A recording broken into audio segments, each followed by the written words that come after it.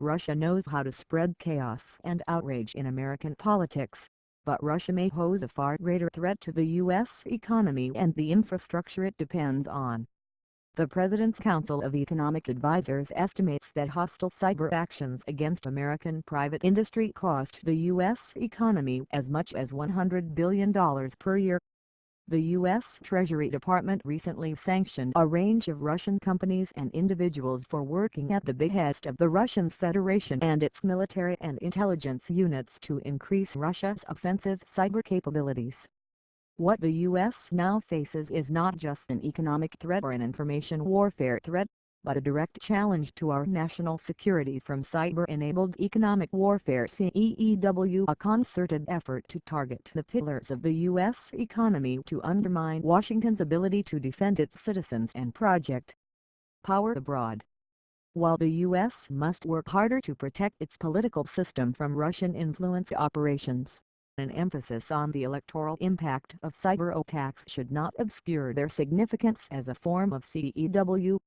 Russia's 2007 attacks on Estonia may be one of the earliest cases of cyber-enabled economic warfare. One of the most alarming components of the widespread DDoS and malware attacks was the sustained assault on Estonia's largest bank, which temporarily had to cease operation and shut down ATM access. A decade later, when Russian hackers crippled the Ukrainian electric grid, too many experts focused on how the attacks made Kiev look, while overlooking adverse economic effects that undermined Ukraine's national security. Cyber-enabled economic warfare is hardwired into the Russian legal system. It's no accident that Russian law establishes the Federal Security Service (FSB), the successor to the KGB, as the licensing authority for encryption activities. By design, the laws and regulations governing information systems, telecommunications, and encryption give the Kremlin and its security services tools to consolidate power internally and engage in aggressive activities abroad. The FSB can even require private companies to provide direct assistance to its online endeavors at home and abroad. Perhaps with this in mind, the European Union recently called on its members to ban malicious technology and telecommunications equipment and software, including products from Kaspersky Lab. When Vladimir Putin was a KGB officer in East Germany, he ran illegal intelligence networks, training and controlling agents deep undercovering foreign countries. Today, Russia's intelligence agencies follow that same model. Camouflaging Russian state-backed cyber operations within private sector firms would be an efficient strategy and one consistent with Russian intelligence operations. Aggressive cyber operations are also consistent with Russia's strategic doctrine. In 2013, General Valery Gerasimov laid out Russia's view that to achieve political goals, the state must leverage all elements of its power, including cyber and information operations. The purpose of these tools is not just to shape the information space in Russia's favor, but to actively degrade the response capabilities of its adversaries. Since the American economy is the foundation of our national power, it has naturally become a premier target for the Kremlin. To inform the U.S. approach to countering Russian CEEW, the intelligence community should evaluate Russian methods and intentions more closely. To what extent is the Kremlin supporting the establishment and expansion of Russian companies for the express purpose of gaining access to the IT networks of its adversaries? What do they intend to do with that access?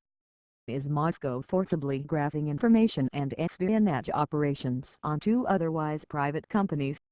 Are Russian venture capital firms' investment strategies in Silicon Valley leading to potential influence and access to sensitive information and technology? There are practical steps the U.S. government should be implementing in the meantime.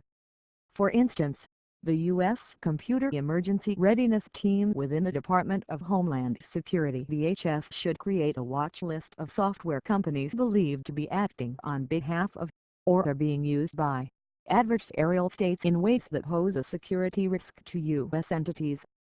The team already provides timely information on key security vulnerabilities and as such could host a similar watch list. DHS should also extend its ban on Kaspersky Lab software to include Kaspersky code embedded in the products of other companies.